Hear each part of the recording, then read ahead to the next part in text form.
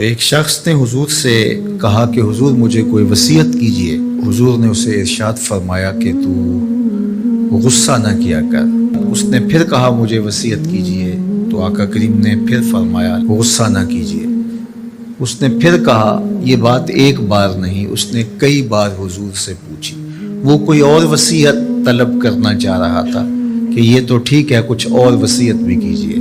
اس سے ایک تو اس شخص کی ذاتی صورتحال ایسی ہوگی، اور دوسری یہ ہے کہ اس نصیحت کی اہمیت کے پیش نظر کہ غصہ جب انسان کو آتا ہے تو وہ مغلوب ہو جاتا ہے اور بہت غلط فیصلے کر بیٹھتا ہے، اس لیے بار بار ایک نصیحت پر تاکید کرنا اور اس کا تکرار کرنا اس امر کی طرف توجہ دلاتا ہے کہ ہمیں معاملات کے اندر بہت معتدل رہنے کی ضرورت ہوتی ہے۔ جو شخص غصے کو نافذ کرنے کی طاقت رکھتا ہے، ایک تو ہوتا ہے کہ بندہ غصے سے خود اپنے آپ کو بے چین کرے گا، لیکن اپنے غصے کو نافذ نہیں کر سکتا، غصہ نکال نہیں سکتا، خود پیچ و تاب کھائے گا۔ لیکن یہ وہ شخص ہے جو غصے کو نافذ کر سکتا تھا، اس کے پاس طاقت تھی، لیکن اس نے اس کے باوجود غصے کو ضبط کیا۔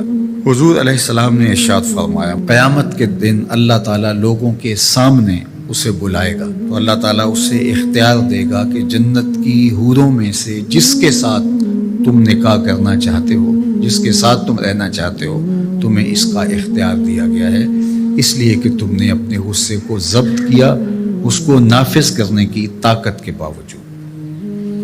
اور ایک روایت حضرت سلیمان بن سرد رضی اللہ تعالی عنہ سے مروی ہے، کہتے ہیں کنت جالسا مع النبی صلی اللہ علیہ وآلہ وسلم، میں حضور علیہ السلام کی مجلس میں بیٹھا ہوا تھا، دو لوگ تھے، وہ آپس میں الجھ رہے تھے، ان میں سے ایک شخص کا چہرہ غصے سے سرخ ہو گیا، رگیں پھولی ہوئی تھیں، اور ایک دوسرے کے لیے سب و شتم کا ماحول پیدا ہو گیا تھا۔ اللہ کے رسول صلی اللہ علیہ وآلہ وسلم نے ارشاد فرمایا، میں ایسا کلمہ جانتا ہوں کہ اگر یہ کلمہ پڑھ لیں تو ان کا یہ غصہ زائل ہو جائے گا، ان کی جو کیفیت ختم ہو جائے گی، اور وہ کیا ہے؟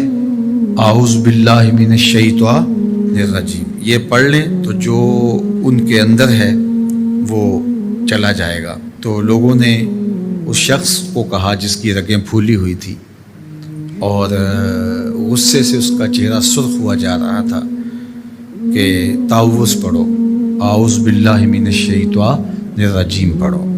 اور یہ اللہ تعالیٰ نے قرآن مجید میں ارشاد فرمایا ہے کہ جب غصے سے انسان بے قابو ہو جائے تو اس کو چاہیے کہ وہ اپنے غصے سے باہر نکلنے کے لیے تعوذ پڑھے۔